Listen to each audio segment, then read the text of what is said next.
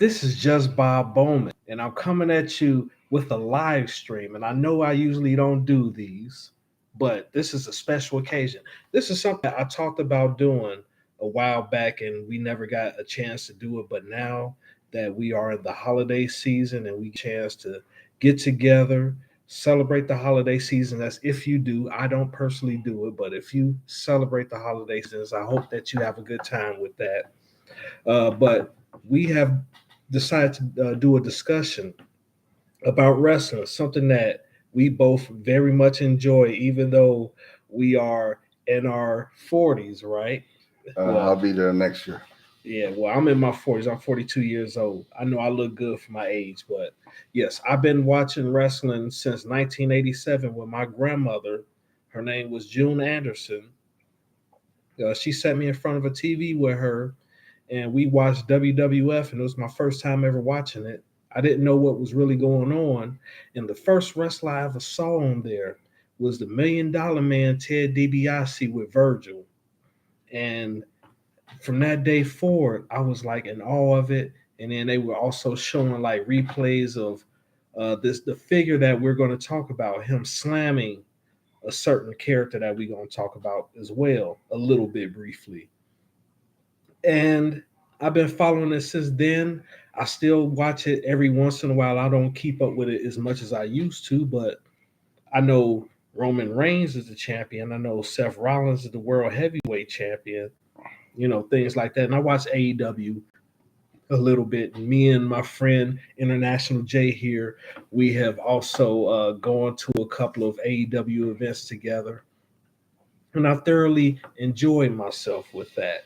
But why don't you tell a little bit about yourself and your wrestling experiences? All right, how you doing? International J. Uh, I started watching wrestling probably around 1987, 1988.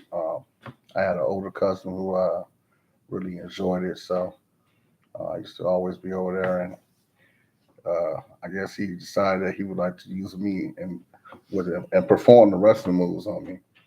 And then as I got older, I performed it on my little cousins too, so and my little brother. So yeah, International J, United States Navy veteran. That's where I met this gentleman at. And we've been boys since then. Great guy. And yeah, man, love wrestling. I had the opportunity to go to a few events. I really enjoyed them. And I collect sports memorabilia and books about wrestling. Really a big fan. Um, so let's do this. Well, before we get started, why don't you show your memorabilia? What you have that's very cool. Right now, this is just some of it. I have a autograph WWE championship belt, World Heavyweight Championship belt, uh, autographed by yours truly, the greatest wrestler ever, in my opinion, Hulk Hogan. Uh, and then, you know what I'm saying? I believe he saved wrestling, period, Hulk Hogan, along with the help of, woo, Mr. Ric Flair. One of my personal favorites right there is the Nature Boy. The Nature Boy, Ric Flair. Yeah, I like Ric Flair too, but you know, I'm all about Hogan. Now, have you ever met any wrestlers in real life? Because before we get started with this, because you talked about your experience with wrestling, I know that when we were in the Navy, I had a chance, an opportunity to meet Diamond Dallas Page, Oh, nice. and he actually let me hold his World Heavyweight Championship belt. Like I actually had it on my shoulder, and Awesome. that sucker is heavy. That sucker was about. It felt like it was about 25 pounds. Oh, nice. I want to say I met Virgil back in the Navy, Norman Smalley. Um, they was doing like a little quick meet and greet at the gym after their match. They were pretty cool. And it was somebody else I met. Like, well, I got a chance to see like R Truth and a couple other wrestlers. Mhm. when I went to a wrestling event. Uh, Shout out to my boy, my brother Tony, and to my boy Junior. Also big wrestling fans. But we also met Cole Cabana, remember? Oh yeah, that's correct. Yes. Yeah, Yeah. that sucker was huge. I was like, damn, like I'm like, and he seemed small on TV, so I was like, if he this big in real life, I'm like, I can imagine the size of Big Show. Right, right, Like I met DDP and he was huge in real life, and I'm like, to some of the other guys that I've seen on TV, he kind of seemed kind of slim. right, So I'm like, these dudes are really jacked and really ripped. And I know back in the day, it was a prerequisite to in order to get in the business and to be taken serious that you had to be real tall and you had to be real big and you had to be athletic. Like that's why a lot of ex-football players and things of that nature really they really excelled and exceeded in wrestling, and we could go over that more and more. But I want to get into this topic because you know this figure that we talking about, and we mentioned his name a little bit earlier. He's controversial. Everybody has a different opinion on him. He's a very polarizing character, and I have my opinion about him. And International J, he already expressed his personal opinion about him. And the gentleman that we are talking about is none other than the immortal Hulk Hogan.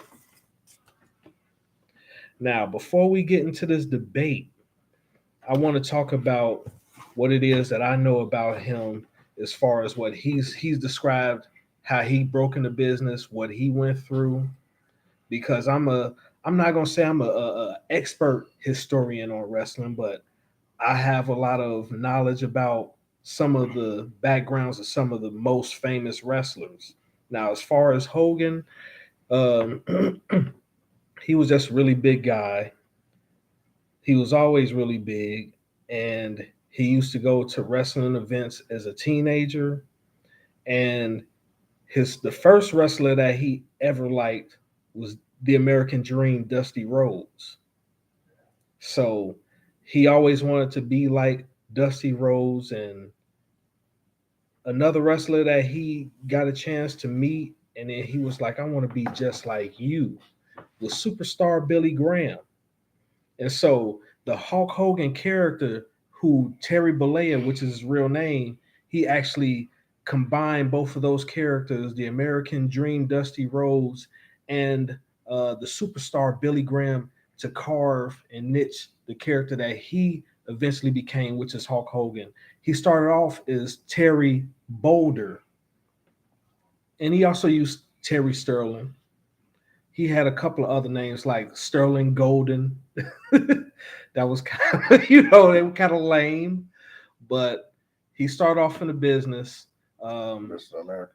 he came into the business with his best friend, which was Ed Leslie, better known as Brutus the Barber Beefcake, Brother Brood Eyed, the Booty Man, the Zodiac, Man Without a Face, the Clip Master.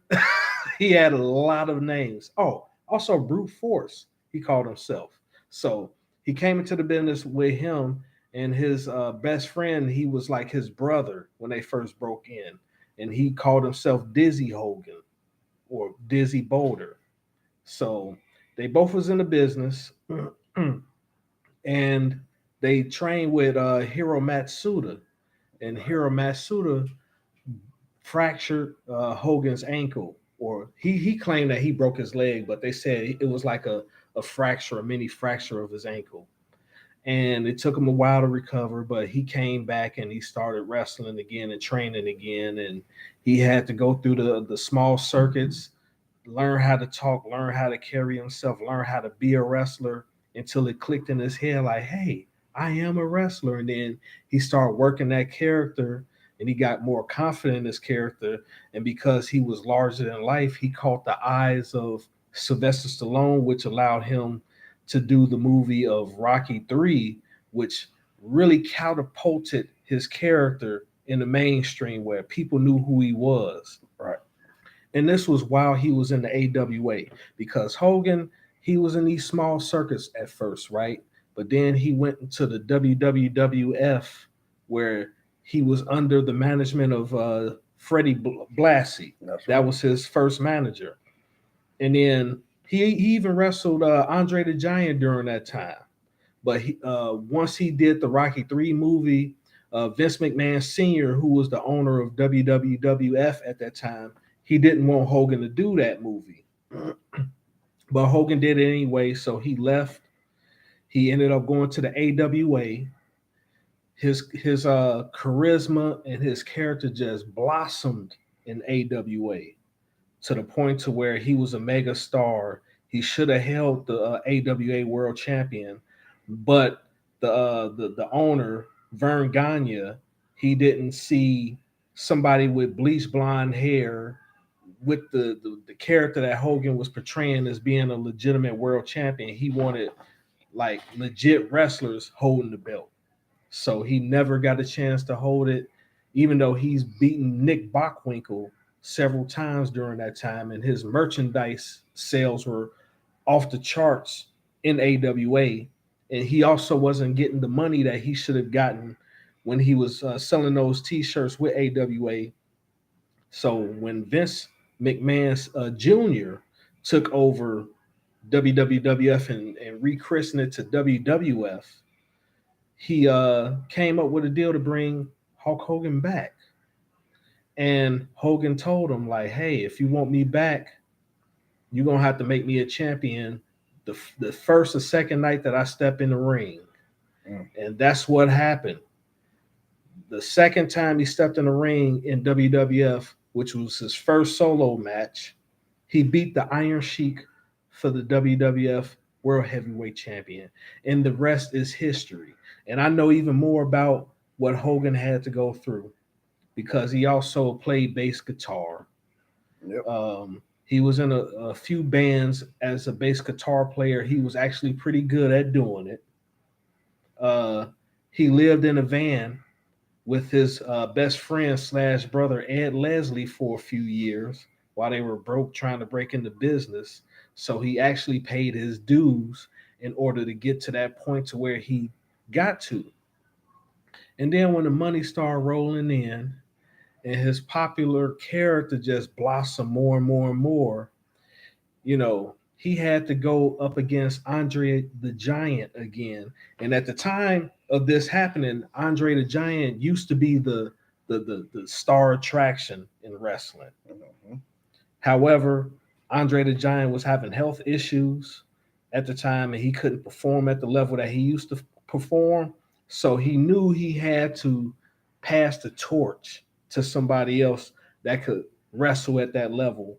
And the only man that was capable of being able to hold that spotlight and to shine the way that needed to be shined in order to capture the audience attention at that time was Hulk Hogan.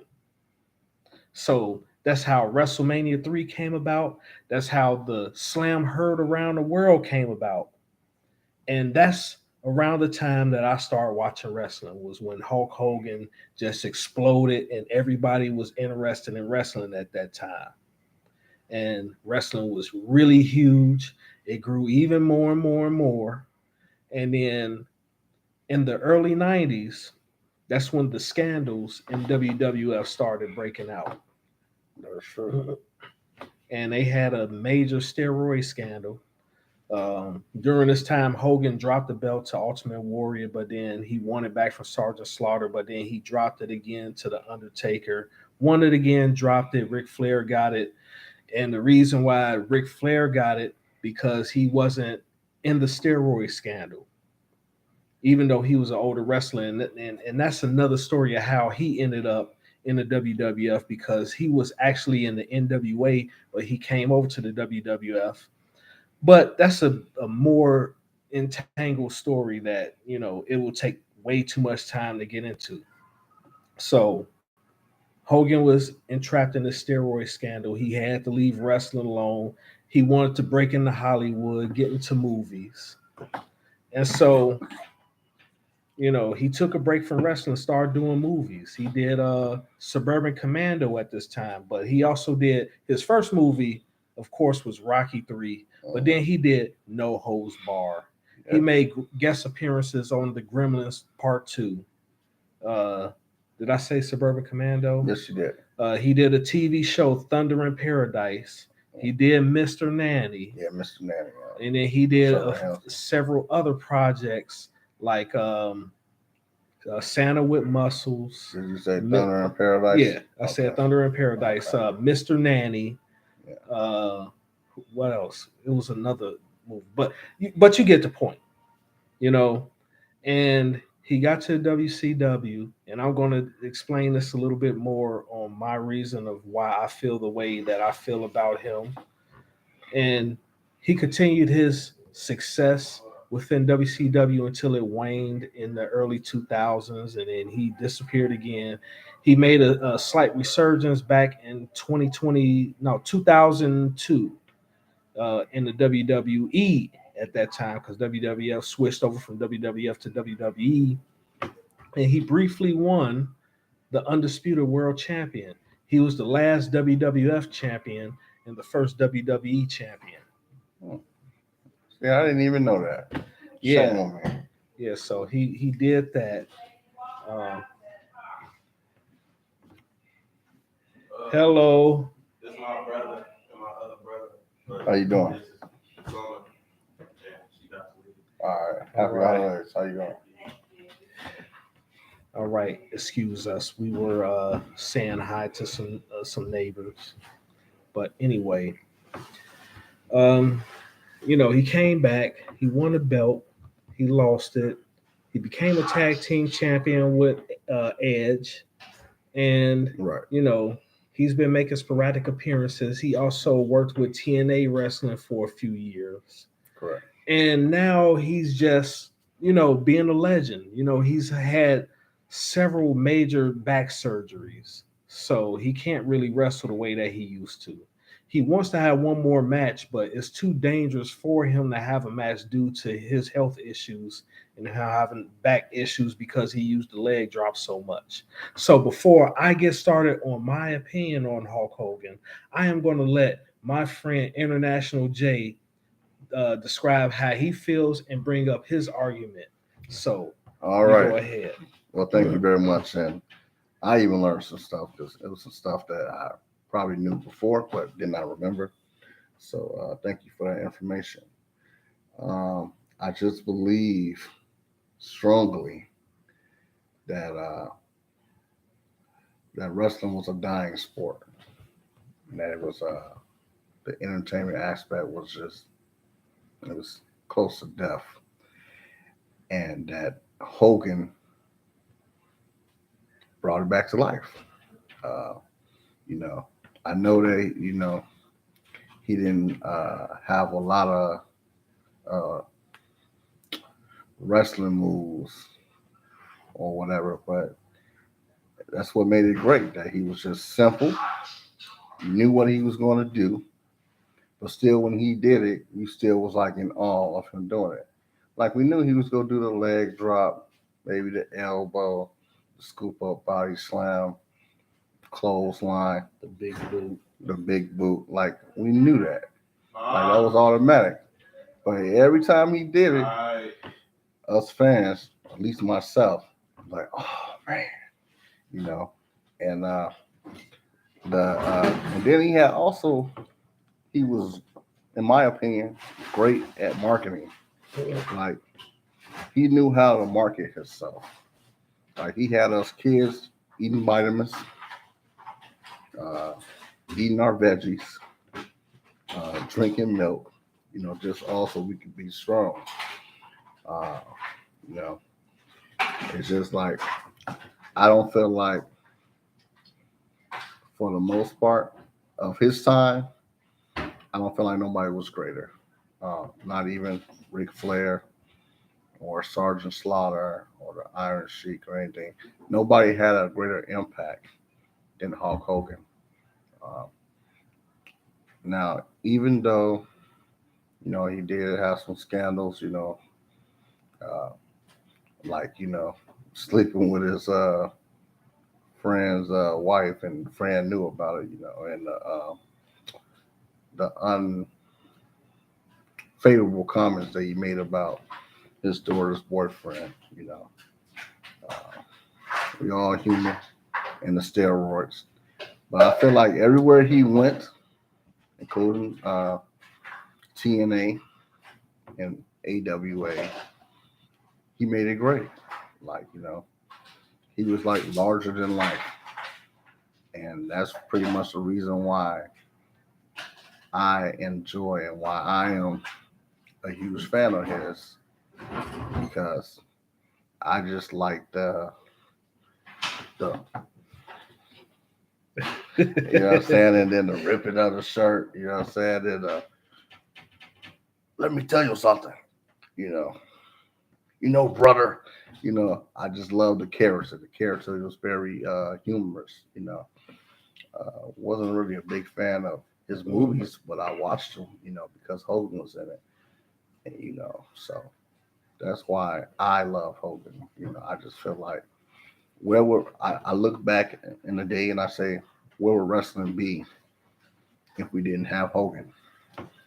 And I enjoy WrestleMania 5, WrestleMania 6. Uh, I enjoy those are two of my favorite WrestleManias ever. Uh, I feel like he also helped made some people a lot of money. Like I said, he brought notoriety to the sport. He brought revenue and brought money to the sport. You know what I'm saying? Everybody wanted to be like Hogan and wanted to see Hogan, just like Michael Jordan, Mike Tyson, Michael Jackson. He was up on that stratosphere. That's how great and how we perceived him. It's like he was the ultimate superstar. Like he was like a superhero, like Superman. Everybody wanted to be like Hulk, and and like I said, his moves were so simple, but like even though it wasn't like high flying and all that stuff, it was like strong. Like especially when he body slammed Andre the Giant. Like nobody really seen that coming. But we was like, sure, if anybody could do it, Hogan could do it. And then what do you know? Hogan did it. And when he even darn near in his darn near 40s, when he body slammed the supposedly giant son, all white, we was all amazed. And then when he became Hollywood Hogan and became a bad guy, oh man, you couldn't tell me nothing. I was like, wow, like this is the third member of NWO. I was like, man, because like you didn't see it coming. So he reinvented himself again, So I just appreciate what he did for the sport, uh, and feel like he deserved his flowers. And that's why, I go hard for Hogan. Like nobody can tell me nothing about Hogan not being the best, being the GOAT. You know. There's others who, like I said, might had maybe a little bit more charisma, maybe might have been a little bit better talking, better talkers, just a little bit, maybe, and definitely had more arsenal, more wrestling moves, and more skills, and were better wrestlers. But I feel like even though they had that, and that's better than Hogan, overall, the man couldn't do no wrong in my book. Like, and as far as steroids, I ain't gonna really touch on that much, but the majority of the wrestlers were doing that for the most part. Like Bob said earlier, you got to be tall, you had to be big, had to be muscular, had to be strong. It's a competitive sport. Everybody wants to get ahead. I do wish, and that's my personal opinion, that Hogan, would have been like Flair in the instance that he won some of the intermediate belts. Um, you know, it's great to be the champion and to be the head honcho and the star. This dude's taking. Uh, I'll talk about that later. Uh, I just feel like I would have liked to see him. So I like how I would have liked to see him as the Intercontinental Champion and see what he did. Like, when he lost the heavyweight championship, I would like to see him, saying, maybe humble himself, and work himself back up and get the Intercontinental Championship. And I definitely wanted him to win the tag team championship with my boy the Macho Man. Like, man, the Mega Powers. Or even with Ultimate Warrior. Like, I think that would have been, cool to see that. But I understand he was the man, so you know.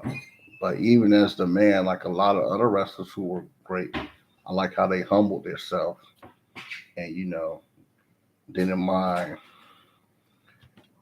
starting back over and winning other belts or waiting their time. I do feel like he should have done that, but Hogan, I'm a fan. Uh, I've been a fan since forever. Back in the days, even before you got to WWE.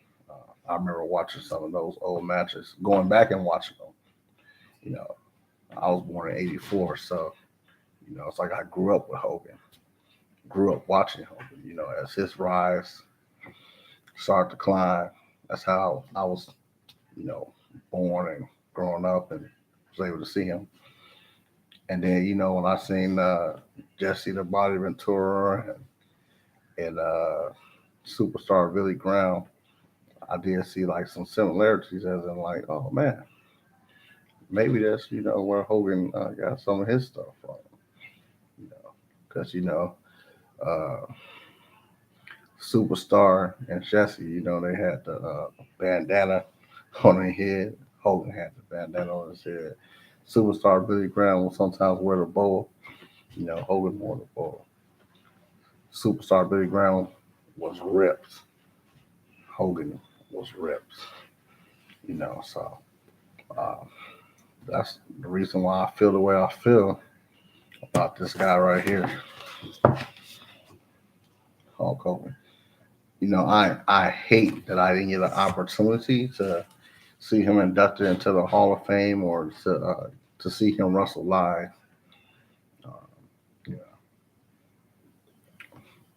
you know. So I would love if he could come back for one more match, but I know it's not going to happen. But you know, it's been a pleasure to watch him and to see his matches. All right, so that's it. That's I it. want to make sure you get everything out before I have to articulate my point of view. Now, I mean, I might interject, but that's it for right now. no. Like, I gave you a chance to speak without saying a word. I want to say what I need to say. And then I might have something to say after that. Okay, you can have your rebuttal, and then I'll rebuttal whatever it is you got to say. Speak on it. Okay, so my personal opinion is that Hogan, yes, he's a legend, and yes, I understand some of the dues that he had to pay. He had to go through some horrible treatments early in his career, and he did pay his dues. However, I will say that he didn't know how to humble himself. He had a huge ego, and and I'm not going to blame him 100% for his limited skill set in the ring because I've had the opportunity to watch some of his matches when he wrestled in Japan. And in Japan, he had a lot more leeway to do some of the things that he could do in the ring. Like, I never saw him do an enziguri until I saw it on YouTube with his matches in Japan and him doing reversals and hammer locks and all this other type of technical wrestling moves. Like, usually it was just him doing you know, throwing the guy into the turnbuckle, doing a running clothesline on the guy in the turnbuckle, punches, kicks, slam him, pick him up, big boot, leg drop, 1, 2, 3. You know, and when he was in the WWF, that's all he needed to do, along with the head, doing his hand on his ear and stuff like that. So, yes, the business was dying because they came up with, the wrestlers pre Hogan. It was like it was mandatory that they had to be believable, legitimate wrestlers, like wrestlers, like shoot wrestlers. They didn't have to have a personality. They didn't have to have charisma. But as long as they were like elite athletes and had that certain good old boy American look that wasn't too flashy, that's what most promotions were looking for at that time. AWA was doing that pre Vince McMahon Jr. taking over WWF. That's what they were looking for. That's why before Iron Sheik, they had Bob Backlund holding the championship for 5 years. And if you know anything about Bob Backlund, he had hardly any charisma during his first run. All he did was wrestle. He was an awesome wrestler. He was actually a wrestling freak, like he was ripped out of his mind. He wasn't the biggest guy, but he was super ripped. He could wrestle, tie you into pretzels, but he had no talking points whatsoever. He couldn't talk that good. All he was good for was wrestling, and that's what Vince McMahon Sr. wanted because that's how wrestling was for so many decades prior to Hogan. But Hogan, when he came in, he brought that charisma, that cartoonish type character where it was like a superhero, like, wow, I can't believe this guy. And then, he connected to the children really well. Like the adults might not have liked him that much, but honestly, I understand when you talking about marketing, you want to market to the future generations because if you market to the children, they're going to grow up idolizing you. Even if they fall off of idolizing you, you're still going to be in the back of their mind. So if you have a resurgence, those are the consumers that's going to support you later on in life. You know what I'm saying? So he had that understanding. He connected to the kids. He talked in a way that the children could understand and love him. And he made the children feel like he was one of them when he talked. You know, he was just really good at his promos. Um, However, WWF was smart. Vince McMahon Jr. was very smart in protecting Hogan. Like Hogan didn't wrestle on TV a lot. It was very rare to see Hogan on TV wrestling. Like you'll see clips of him. Sometimes you'll see stills of him, but usually you actually seeing him wrestling, you would actually have to go to a live event or you would have to pay for a pay-per-view to see him. So you didn't get to see him a lot on TV. And so it kept him from being exposed for being a limited wrestler. And he got away with this for so many years. But then after the steroid scandal and his reputation being tarnished from that, it was like people was like, I don't want to, I don't believe in this Hogan character anymore. And so he lost a lot of weight, came back, won the title when Bret Hart was the supposed choice to carry the torch at that point. And so that left a lot of people with a sour taste in their mouth. And they just like, man, this guy just won't go away. And he lost it to Yokozuna. And he eventually left WWF for many years after that. And so I thought that he was going to be done at that point because he started doing Thunder in Paradise and he was using his real first name, Terry. And then he had Hulk in parentheses. And then he was still using his stage name of Hogan. His real last name is Balea. So he was calling himself Terry Hulk Hogan at that point. But then he cut a deal with WCW. And then when he cut that deal with WCW and he came back in 1994, I was like, yes. And then I actually got to see him wrestle on TV, on regular TV. I was like, yeah, I was actually getting to see him. And it was like the first time I actually got to see him on TV wrestling because I couldn't afford pay per views and I'd never been to a WWE, a WWF live event in my life, even up until this point. So I was excited, like, yeah, I'm getting able to see Hulk Hogan doing the poses, like, doing this, you know. And so I was just hyped that first year of seeing him. And then 1995 rolled around, and then I'm seeing how all these matches are playing out. and they usually playing out the same exact way. And I was just like, man, when is he gonna switch it up? When is he gonna do some actual moves? And then I remember the exact day that I got sick and tired of seeing Hulk Hogan on TV. And I've discussed this with my friend International J several times, and he knows the date because I've always said this date. It was January 4th, 1996, Monday Nitro. Oh, Rain and Woman, she said, "Hey Bob and Jay, how you Hey, doing, Rain and Woman? How you doing?" hey, how you doing? Yeah, so Happy holidays yeah, to you. same. Yeah, happy holidays to you. Yeah, we just talking about wrestling, so it ain't nothing too much important.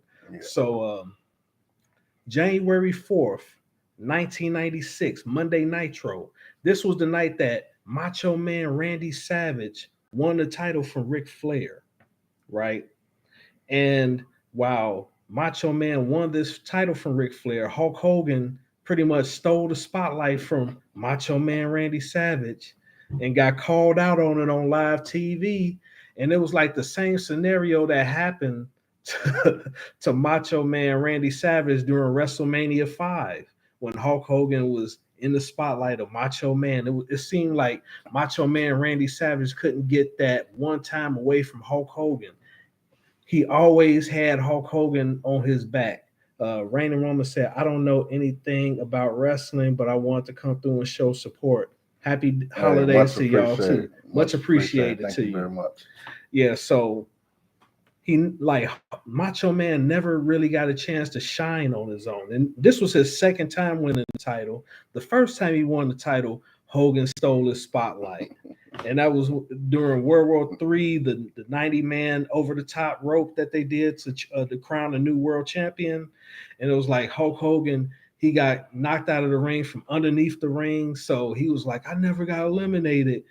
Macho Man won it, but he was just all in the way in the interview, didn't let Macho Man get his time in the spotlight. It was ridiculous. So You you're know, saying he was like P. Diddy? yeah, like he was always wanting to be in the spotlight. Okay, And he gotcha. was challenging Macho Man for the title right as he won it. He didn't even give him a moment to really like enjoy the moment of being a world champion. And then what pissed me off even later on that evening, he had a match against One Man Gang. And at the time, One Man Gang was the United States heavyweight champion. Hulk Hogan could have won that title, held it for a few months. He already had this character being a real American, so the U.S. title with the real American would have made a lot of sense. Yeah. But they made it a non-title match, so he beat the One Man Gang. Hold on, she said, "Oh wait, this sounds like old school wrestling. My brothers used to watch. Is this when they would pick up chairs and stuff?" Yes, Yes. yeah, it was. Okay, so like he beat the One Man Gang, but it was a non-title match, and people started booing Hogan that night because he was doing the same ass moves that he'd done for so many years, and he got exposed on TV as being a whiner, as being somebody that hogs the spotlight. And Macho Man said this about him many years ago during their feud before WrestleMania 6. So it seems as though the fiction was becoming reality and that people was actually starting to see Hogan for who he really was at that point. He was already the highest paid wrestler with the company. He could have gave somebody else an opportunity to shine while he laid low or got the secondary belt and just ran with the U.S. title for a few months. He could have lost it in a screwy finish, which would have catapulted him back into the world title. It would have made it a little bit fresh. It would have made him, seem more humble. It would have, he would have built himself back up to where he was at one point. And so I started getting tired of him. And then that's when he switched over into Hollywood Hulk Hogan. And that was a shot in the arm to him and his career because I feel as though even though he did save wrestling during the time he became WWF champion back in 1984, he did save wrestling at that time. But this was 12 years later. You know what I'm saying? Like we needed something fresh. We was tired of seeing the same kicking, punching, clothesline, body slam, big boot, leg drop, win. You know, and I also saw how Macho Man Randy Savage carried the match on WrestleMania 6. You know, if you watch that match back, and I've watched it back a few times as an adult, I watched that match and I'll be like, man, Macho Man was working. Like he was doing all the work. He was kicking Hogan's ass that whole match. But then the last 2 minutes, Hogan just came back, clothesline, body slam, big boot, leg drop, one.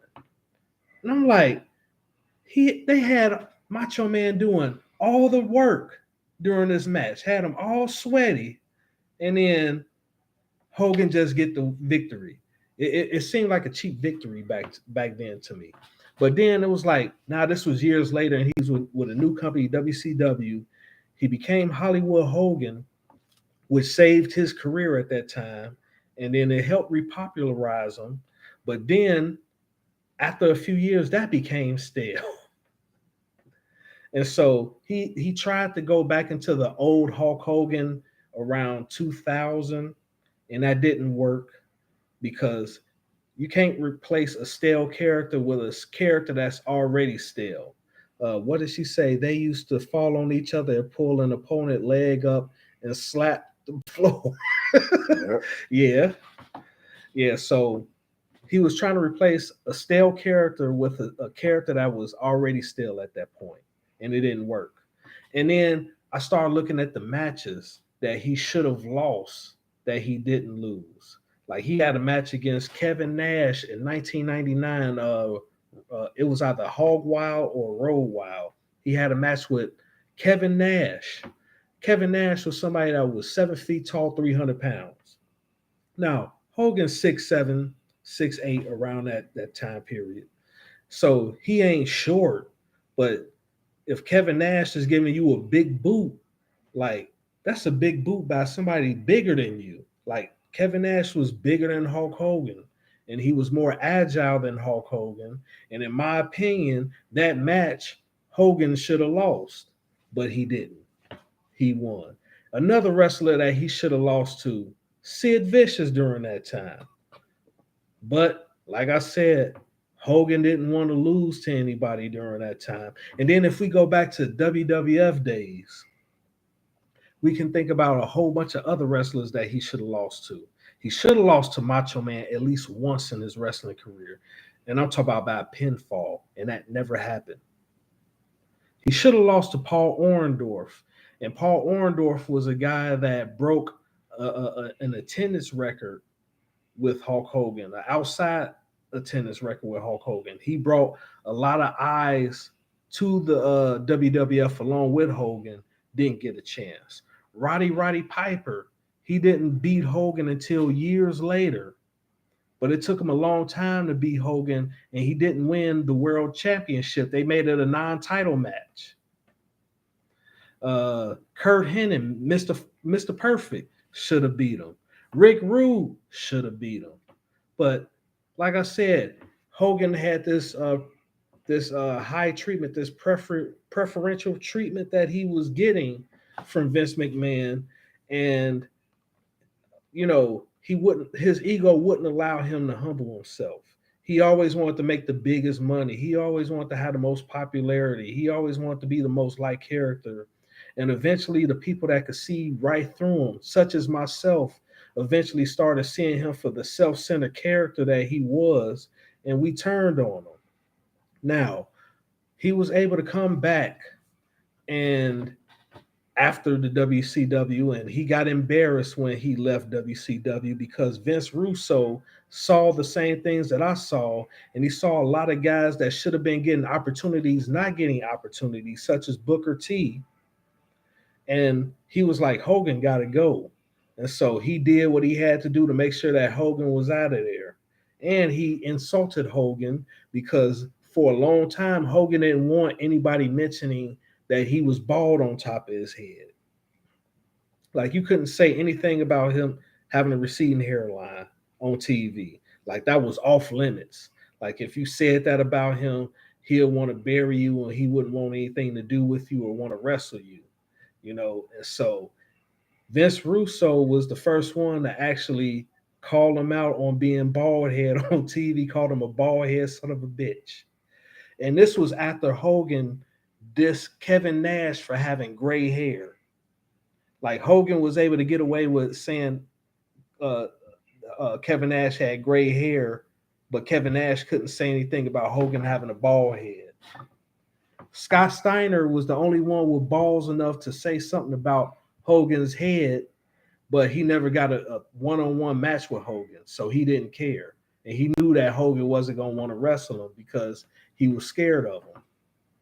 So with all that history behind that, Hogan, he came back. He won. See, she said the hypocrisy. Yep, it is hypocrisy. So Hogan came back to the WWE, was WWF at the time. He came back in 2002. He had a really good match with The Rock during WrestleMania 17, which is a classic. And if you never saw WrestleMania 17, I would advise you to watch that because that's one of the best matches. And I love The Rock. That's one of my top favorite guys right there, is The Rock. So Hogan, he did the right thing. He lost to The Rock. And then he eventually used that, and his popularity came back just as strong as it was before. Excuse me. And he won the world championship the same year from Triple H. So he won the world championship, then he lost it, then he got into a tag team with Edge, won the tag team championships for the first time in his career. He actually won a tag team championship because he was always the world champion and wouldn't humble himself to get a secondary title or a tag title. But this time in his career, where he's older, he was like, okay, I'll go ahead and take this tag team championship with Edge. So they won it for a brief time. They lost it. And then during this time, he actually allowed people to make fun of his bald head. So he was humbling himself a little bit, but then that ego started coming back. And then he left. He came back for a brief time, had a feud with Shawn Michaels. They were supposed to have 3 matches. It got reduced down to 1. He won that match. Shawn Michaels wasn't happy about it, so he oversold in that match. Then he left again, came back. He wrestled Randy Orton, who was known as the Legend Killer at the time. And it would have made sense for Hogan to lose that match. But what did Hogan do? And this was a wrestler at the time that he wrestled Randy Orton. He already had 2 hip replacements and a knee replacement during that time too, right? So he had 2 hips and a knee replacement. He was in his mid to late 40s. Randy Orton, this is prime Randy Orton, 23, 24 years old. Early 50s, actually. And he beat Randy Orton. It didn't make any sense. And then he left again and never to wrestle in the WWE ever again. I thought that was going to be the end of Hogan. But no, he showed up. He showed up at TNA, and him and his partner Eric Bischoff, they damn near ruined that company with their outdated ideas and philosophies, and a tired ass storyline trying to relive the NWO days again, coming up with a group called Immortal.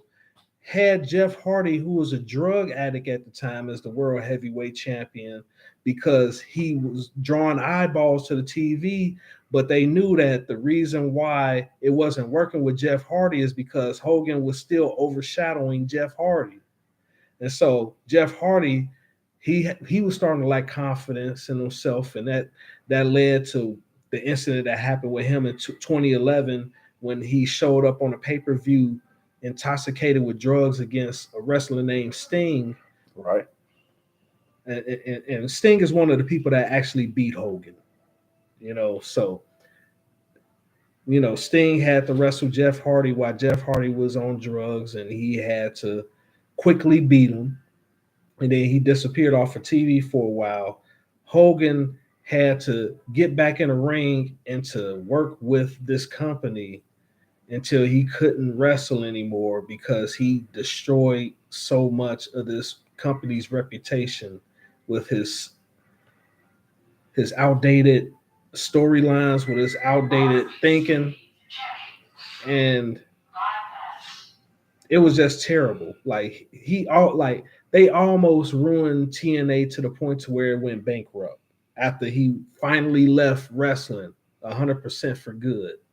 Now he shows up sporadically to WWE every once in a while just to make a one-off appearance where he just talks and he hosts WrestleMania and stuff like that. But then he had another scandal besides a steroid scandal, and I don't want to get into that too much because I want to focus more on the wrestling aspect of it. Now, as far as everything that I've mentioned, that's the reason why I say he's overrated. However, I will say that he was good for business back in the early 80s. He could wrestle way better than what he was displaying because I saw his matches in Japan. But the man during that time who actually had the charisma, who actually had the wrestling skills, the guy that, you know, that didn't have the same match every night, the guy that carried his championship very well, the guy that was humble enough to lose the championship, sometimes hold the U.S. title or the mid-range title, is this man, the Nature Boy Ric Flair. Now, this isn't to say that this man is flawless because it's a lot of controversies about around him. Like as far as him, being touchy feely with women, like being inappropriate with women, like displaying his private parts to women that didn't want to see it. Him also calling Teddy Long, who was a manager slash referee in the NWA, WCW, WWE, WWF. He called him the N word, supposedly, and has never been publicly addressed. So and he was a raging alcoholic and a cokehead. So he has all these different flaws that I'm talking about as well. However, when he got on TV and he cut a promo and he talked about to be the man, you got to beat the man. He was the willing, dealing, limousine riding, jet flying, son of a gun. He wore the nice robes. He wore the custom made Armani suits. He had the Rolexes. He had the alligator shoes. He was dressed like a businessman and he held the championship with pride, you know. And he was somebody that looked like a champion, walked like a champion, talked like a champion. And look at his hair, this bleach blonde hair. Hogan never had a full head of hair that looked this beautiful. This is what you call a world heavyweight champion right here. And as far as I'm concerned, he's number two, right under The Rock. Like, as far as I'm concerned, The Rock is always going to be my favorite wrestler. But a close number two, as far as longevity, as far as carrying the championship with tradition and pride the way that he needed to carry it, was the Nature Boy Ric Flair. And I will hold that in. And it's like Ric Flair was so influential. Even Hogan would say that Ric Flair was better than him. And I've heard Hogan say that Ric Flair was better than him. But it was one guy that I mentioned that influenced both Ric Flair and Hogan that didn't look nearly as good as they did. And that was the American Dream, Dusty Rhodes. And he deserves to be a part of this argument as well. Because the American Dream, Dusty Rhodes, wasn't only a great, hold on, she said, so the actor The Rock was an actual wrestler. Yes, he was. He was the great one. Yep. And it was an honor to be one-on-one with the great one. He faced Hulk Hogan. He's faced Stone Cold Steve Austin several times.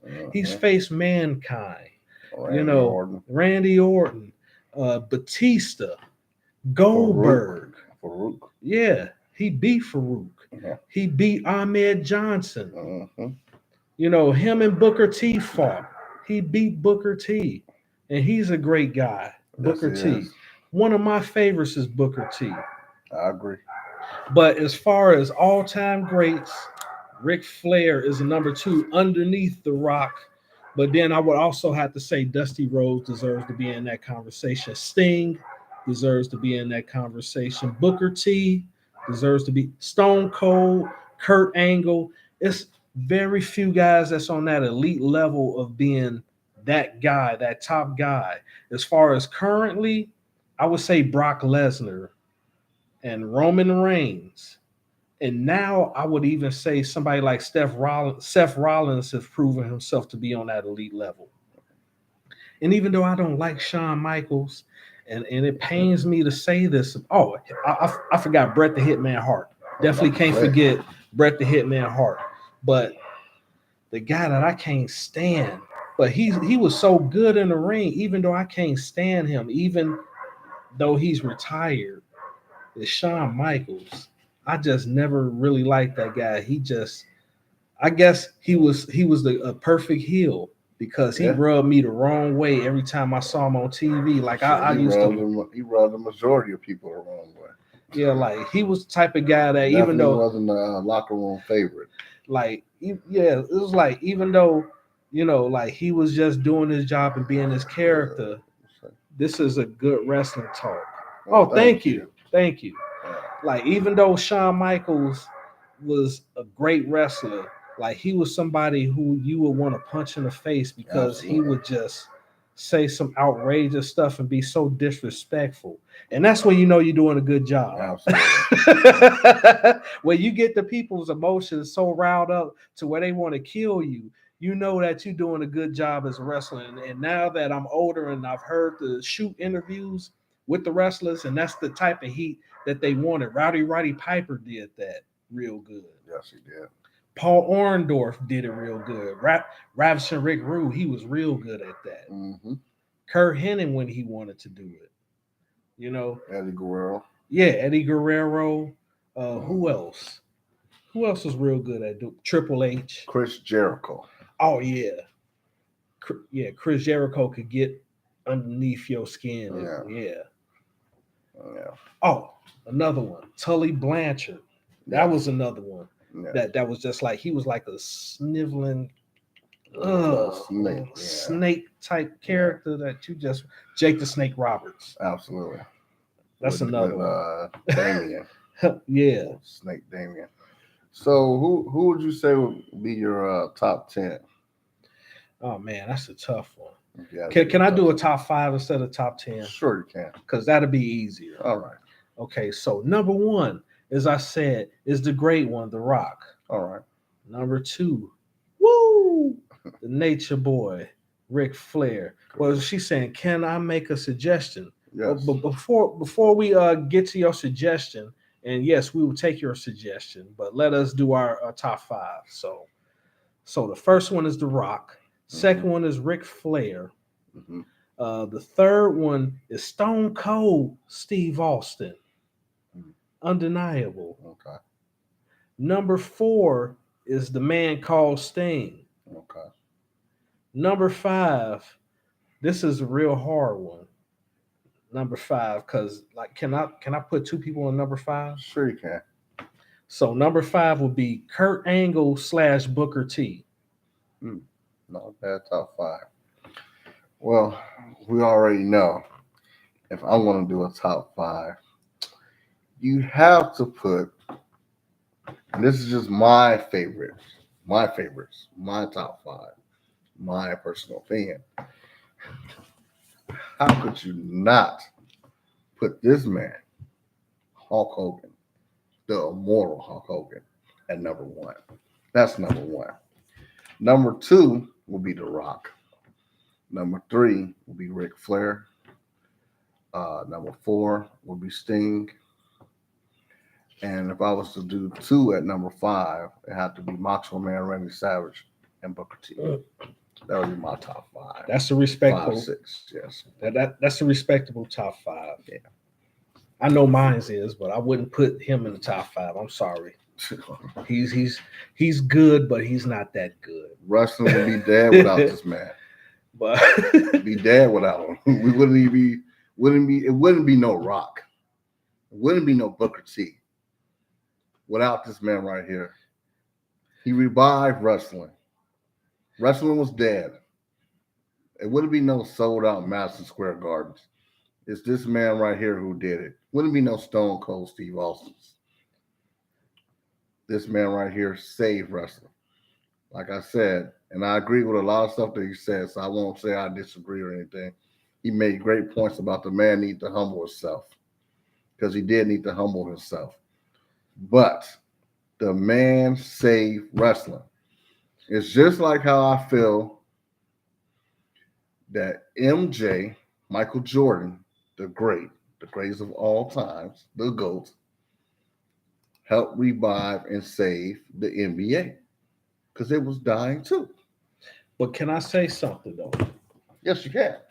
Now, I know you're giving Hogan all this credit, but what about the people that influenced Hogan, like the natural Dusty Rhodes and superstar Billy Graham?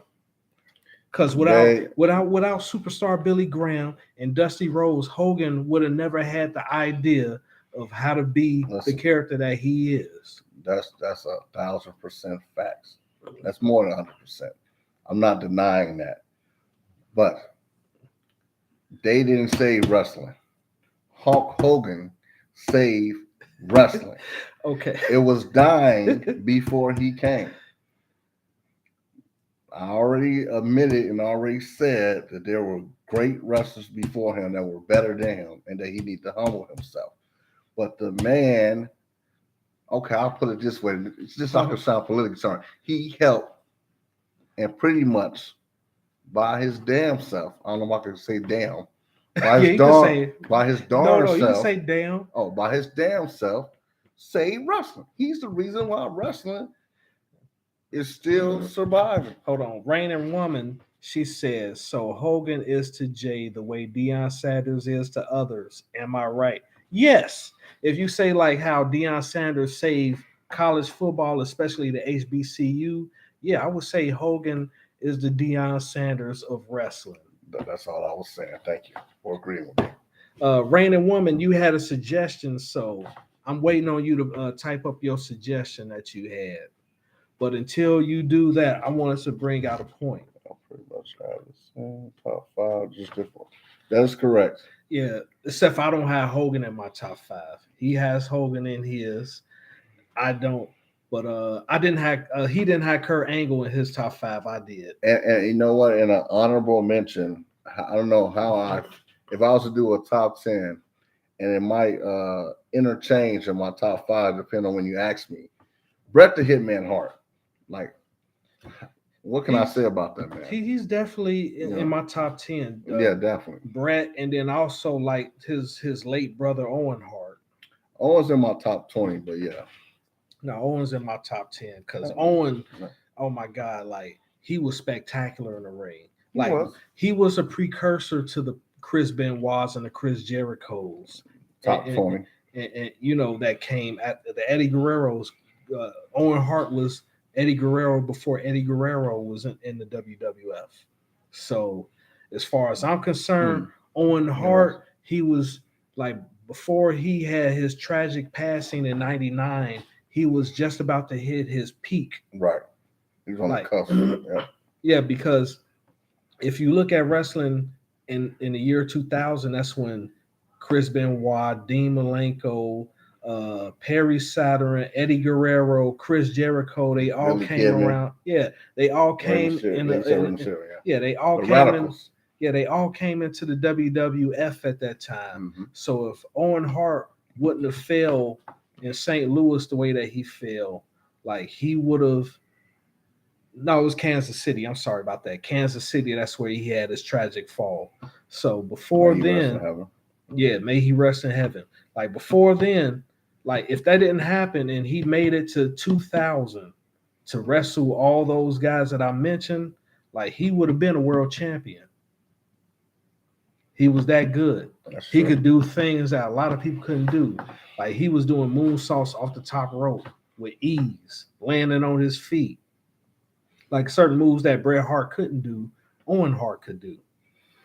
So that's why I place Owen Hart so high. Now I got a question for you, if I may ask. Go ahead. Uh, why do you feel that Kurt Hennig, uh, may he rest in heaven as well, didn't get, I feel, his just due? Didn't Because, become as big as I felt he deserves to be. well, for one, he had won the AWA world title. I'm And talking one about- thing that I noticed about Vince McMahon Jr., Mhm. he really hated pushing world champions in other companies. The only former world champion in another company that he pushed like that was Ric Okay. Flair. Said, thank you. It seems like you're covering a lot in the first episode. My suggestion is just to make sure you don't give it all away in the first episode. Oh, no, we're not giving it all away. Like wrestling. Hey, trust me, we can talk Yeah. about this for years Yeah. and years and years. Like it's so many like Hogan is the main, topic. We're gonna talk about other wrestlers Mhm. and in full detail. But Hogan is the main topic. But like I was saying with WWF, when Mr. Perfect Kurt Hennig came around, Mhm. Hogan was the man. And he was a former AWA champion. Like I said, WWF didn't like pushing former world champions in other companies. The only one that actually got a push like that before Booker T and others like that was Ric Flair. Yeah. Ric Flair was the only exception. That's because this man needed Ric Flair at that time because he was credible. He was a former world champion, and it was a steroid trial. So he needed somebody that was an actual champion holding the belt. That's the only reason why Ric Flair was put in that position. And so you had Kurt Hennig coming at that time, and he had to go up against Hogan, and Hogan had his politics, and he was the favorite. He was the golden child at that era. In that era, that's what it's called, the golden era, and he was the golden boy. That's right. And Macho Man said that Hogan used to go around and hot dog and grandstand all the time. But he wore red and yellow, and he had a tan, which made him the color of a hot dog. He looked like a hot dog without the hot dog bun with the ketchup and mustard on it. So yes, this is my definition of a hot dog. He's like the Oscar Mayer of wrestling.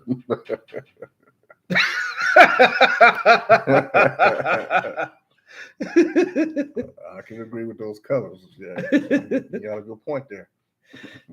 But I can't deny what he meant to wrestling. Like he did save a dying sport in 1984 because the promoters at that time, besides Vince McMahon Jr., the rest of the promoters at that time had no clue on what was needed to bring wrestling to the forefront. They needed to capture the imagination of the children. That's why John Cena was so Hulk, the hot dog. Yes. Like one of the other nicknames that I had for a meme right there. Yeah. One of the other nicknames that I had for Hulk Hogan was Hog Hogan because he used to hog the spotlight. And hot dogs are made from pigs, so he was hogging it. So that's how I feel about Hulk Hogan. Just being honest, he's a legend. Like if I was to meet him, I would show him the utmost respect because I know the dues that he had to pay. He was broke, living in a van just to get to the point to where he's at today, and that's a miracle. If you can take yourself from that lowest of points, where you sharing a van with your best friend. Imagine if me and you. I can't imagine that. When I heard the story about him sharing a van with Brutus the Barber BK, I was like, was there more than just sharing going on, or what? Like how big was this van? Right? Like did one they sitting snore? up, one sitting up front and one sitting Like, in the back, or what? What did they snore? Like, Yeah. How did they wash their ass? Like, I know, like, I'm sure that they live by the river, where they used to take like baths in the or lake. by the gym or Yeah. something. Since they both were, gym rats. Right. So, like that's something I wouldn't want to have to go. She said, Jay said, nah, I can't That's right. I can't. Like, even though Jay is my best friend, I wouldn't want to be that close to him. Nah, No. can't do it. No, I'm cool. Yeah. Like if I had to live in a van, I'd rather live by myself. Yeah. And invite a lady friend to my van every once in a while. Hey, now we talking that type of language. Now that's what I'm talking about. But on a more serious note, he had to go through all that, and he became a legend in wrestling, and it's undeniable. Icon. He's an icon. Much He, better. he said, "I have so many." You should tell him. She said, "I have so many jokes veering from this." Hey, that's him. So he had to go through that. He could have been in a semi-successful music band if he wanted to, but he found his niche, and it worked out for him. It worked out for wrestling in general, and he became who he is. Like, what? It's about to be 2024, and we still talking about Hogan. That's right. That's incredible, and he hasn't wrestled in since 2012. Yeah, something like that. Yeah. So it's been over 11 years since he last wrestled, and we're still talking about Hogan at this point. That shows you how much of a legend that he is, that he's still a talking point to this day. That's right. And he said, I was just going to say that's too close for comfort for four nuts. Exactly. I feel the same way. Hey, you know what? And what's crazy is I don't want to slander Hogan, but I know that his ex-wife Linda Hogan, she made some accusations. She was like, "Well, I think that him and his best friend was closer than what they say they were." Yeah.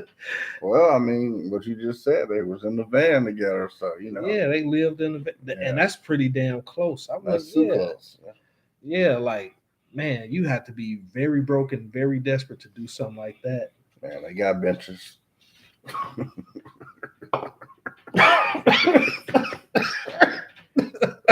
they got shelters. Hey, oh my God. YMCA. I'm gonna say what I was gonna say. I was like, and it made me wonder why they call Brutus the Beefcake the Booty Man. WCW. Yeah, he was telling on himself. And then his wrestling finisher was the high knee. Yep. See? He's telling on himself. He had flashbacks. He like the Booty Man. Mm-hmm. Did that little stupid ass dance and shit. Yeah, so this was a good conversation, man. Hey, it was. I can't wait for the next one. Like, I want to tackle more on Ric Flair the next one, because that one we could talk about Ric Flair for hours.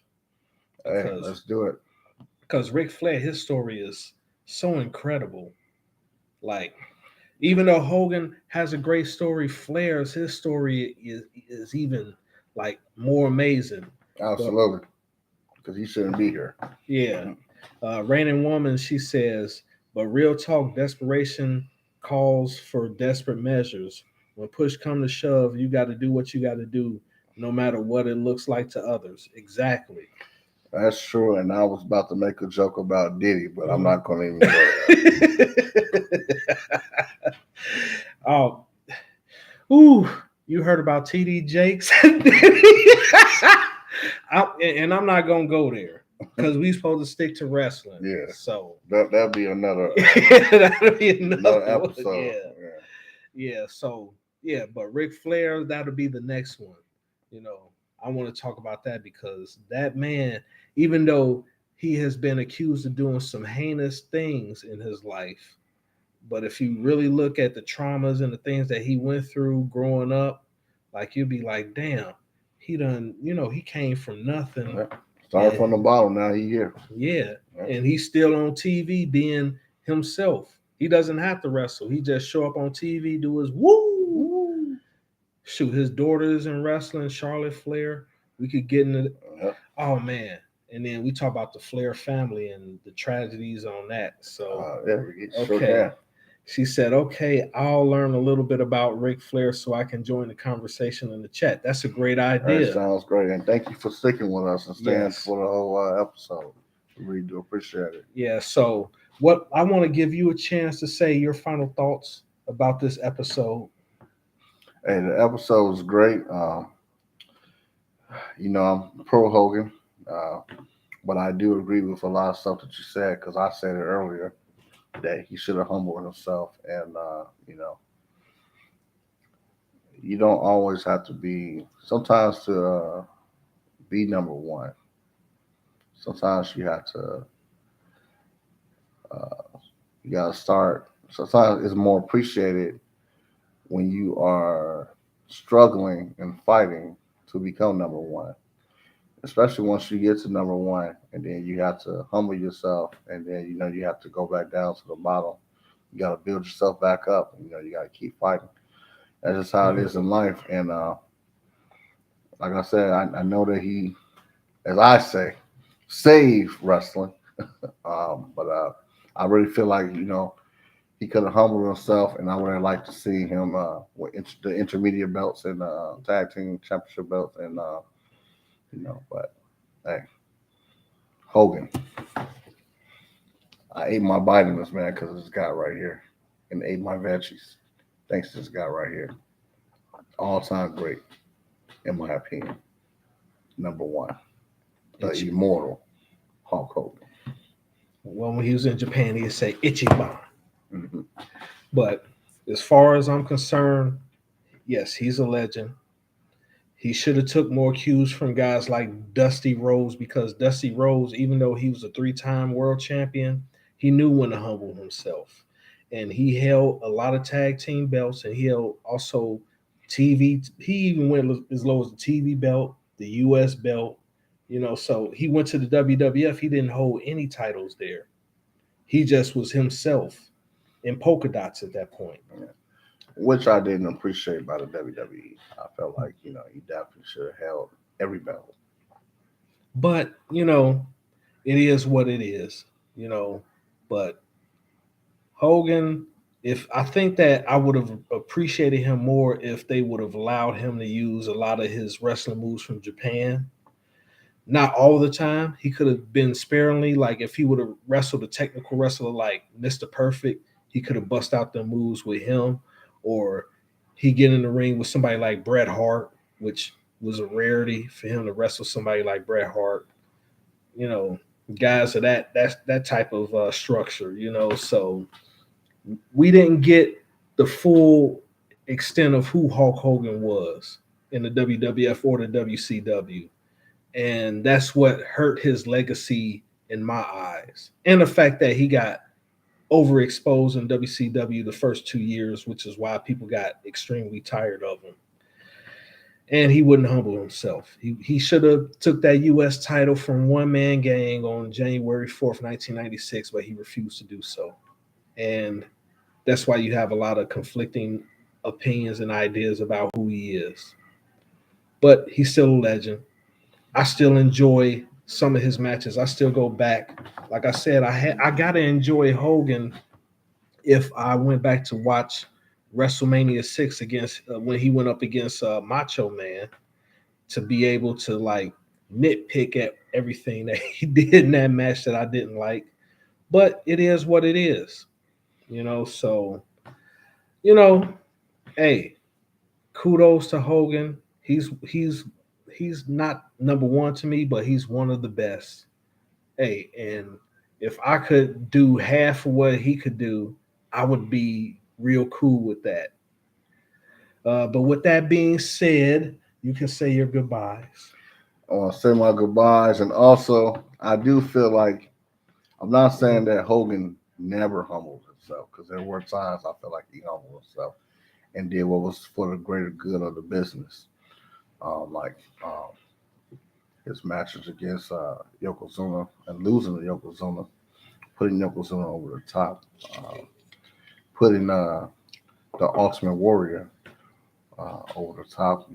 Once that title versus title match. So there was some moments that if he could have used his ego and be like, nah, I want to win the Intercontinental and world. I want to be the winner of this. At that time, shoot, still won a great match. You know what I'm saying? Like, how often is it a title versus title? It's more often than none, but back at that time, it wasn't that many title versus title matches. So, But I want to say thank you to all the view. Thank you for all the support and all the love. And I look forward to, talking more about wrestling or everyday life stuff, what I'm saying? And if you're going through something, keep your head up, stay blessed. Much love. And once again, happy holidays. Love to you all and blessings. Stay safe and know that you're not alone if you're going through something. There's always somebody there for you. And I want to give a personal shout out to Reigning Woman. Absolutely. Thank you for being so interactive with this discussion, even though I know that you didn't know a lot that was going on. And God bless you as well. With that being said, this is just Bob Bowman. Peace.